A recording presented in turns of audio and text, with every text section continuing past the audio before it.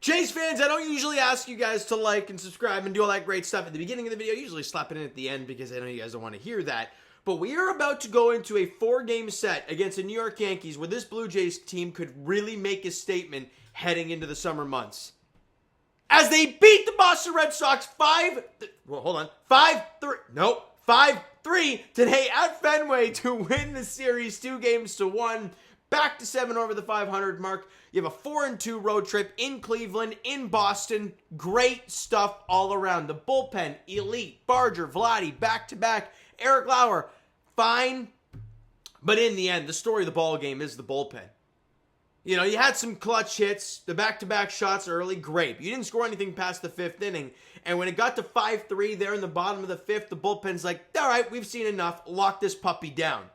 Let's break it down for you, all right? Top of the first, off of Walker Buehler. We talked about it in the video yesterday, how he did a really good job in his first outing against the Blue Jays. This time around, not so much. Top one, Barger comes up, gets a ball like in, down and in, maybe even off the plate, and he turns on it, drills it to right, it's gone. Solo shot, next pitch to Vladdy. Crushes it into the green monster seats. It might have gone into like the last row. I don't think it quite cleared the green monster. Regardless, who the hell cares? It's 2-0 Blue Jays. Bottom of the second inning though, Carlos Narvaez wraps one around the pesky pole. Not great. Then Rafaela hits an RBI double, scoring Trevor Story off a really bad read from Jonathan Clase. And now it's 2-2 all of a sudden. But top of the 4th inning with 2 out, and this is where things get crazy. In that top of the 4th inning, because Walker Buehler just loses it. Vladdy lines out, Springer grounds out, there's 2 out, nobody on. Nathan Lucas, it's an infield single. All right, you got something going here. Ernie Clement walks. Now we've got 2 on and 2 out. Then Andres Jimenez kind of gets jammed on one, but fights it into right field for a base hit. In comes Nathan Lucas. It's a full count, 2 out pitch. So he was off on the pitch. He comes around to score. The Jays regain the lead. It's now 3-2. Andres Jimenez steals second, but then Jonathan Clase walks. The bases are now loaded again. And Tyler Heineman walks. So now the Jays get another run. It's 4-2. They've regained their 2-run advantage. And Tyler Heineman gets picked off at first base, and that just cannot happen. Bo Bichette has been one of the best players on this team, if not the best player on this team, with runners in scoring position this year. And even the bases loaded in 2 out with him at the plate. You cannot get picked off at first base. That cannot happen. Where's it going to get you, right?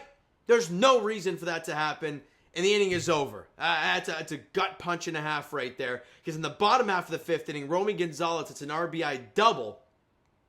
And now it's a 2-run ball game. It's 5-3. It's only the 5th inning. But boy, this seems like it's going to be one of those Fenway specials where it's just all over the place. Mayhem, hitting every nook and cranny you can possibly think of in the ballpark. But again, like I said earlier, the bullpen came in and locked this thing down. Yariel Rodriguez locked it down after Lauer. Brendan Little locked it down after Rodriguez. Nick Sandlin, after a shaky start to the inning, locked it down. And Jeff Hoffman picks up save number 18 while striking out the side in the 9th to win it 5-3. Jays only had 6 hits today. Who the hell cares? Couple left the ballpark. You took advantage of some wild pitches, and you drove in runs when you needed to.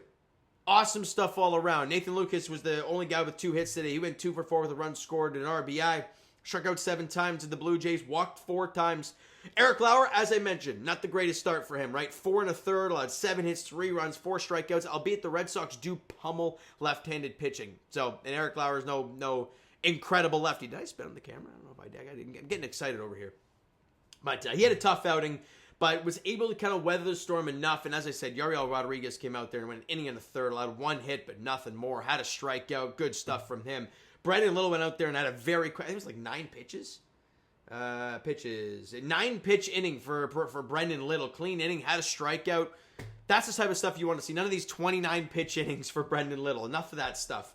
Nick Sandlin, clean inning. As I mentioned, walked the guy to start the inning, I think on 4 pitches, through the first 4, 5, maybe even 6 straight balls. Had a mound visit, settled down, got out of it, no problem.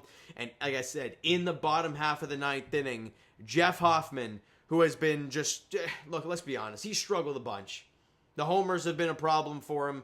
The ERA obviously +5. That's no good. He's allowed 8 homers in 33 1/3 innings coming into play today. But no one cares after today because he locked it down, didn't allow a base runner, and didn't allow a ball to get put in play, punches out the side, and the Blue Jays win it 5-3. Now, we turn our focus. We turn our focus now to the game tomorrow. A 7:07 first pitch at Rogers Center. We're back home, taking on the New York Yankees. Look, going into this season, I didn't expect much from this team because it was pretty much a returning core. You added some good defenders, but you're still, what offense are we going to see? Well, this Blue Jays team has punched me right in the face after that and said, hey, we'll figure it out, and they have. Since that dreadful series in Texas, the Jays offense has skyrocketed, and it continues. You are 3 games back of the New York Yankees for the top spot in the AL East. You are 2 games back of the Tampa Bay Rays for the second spot in the AL East. You play the Yankees for 4, starting tomorrow at Rogers. The damn freaking Rays have the Oakland A's, or whatever the hell, the A's. Great. So that's not good. And they're probably loving it, right? They got the A's, and then the Yankees and Jays are going to beat up on each other. So regardless, it's going to be good for them. But for the Blue Jays standpoint, you got to do what you can control. And a 4-game series against the Yankees, if you can find a way, if you can find a way to take 3 of 4 at home and leave Rogers Center on Thursday, 1 game back of those Yankees, wherever the Rays sit, doesn't matter. It is a damn success. Even this split, let's be honest, I think we'd kind of take it, but you want more. You want to be a little bit greedy when you're trying to catch a team. Let's preview the pitching matchups and wrap this up. 7:07 first pitch tomorrow.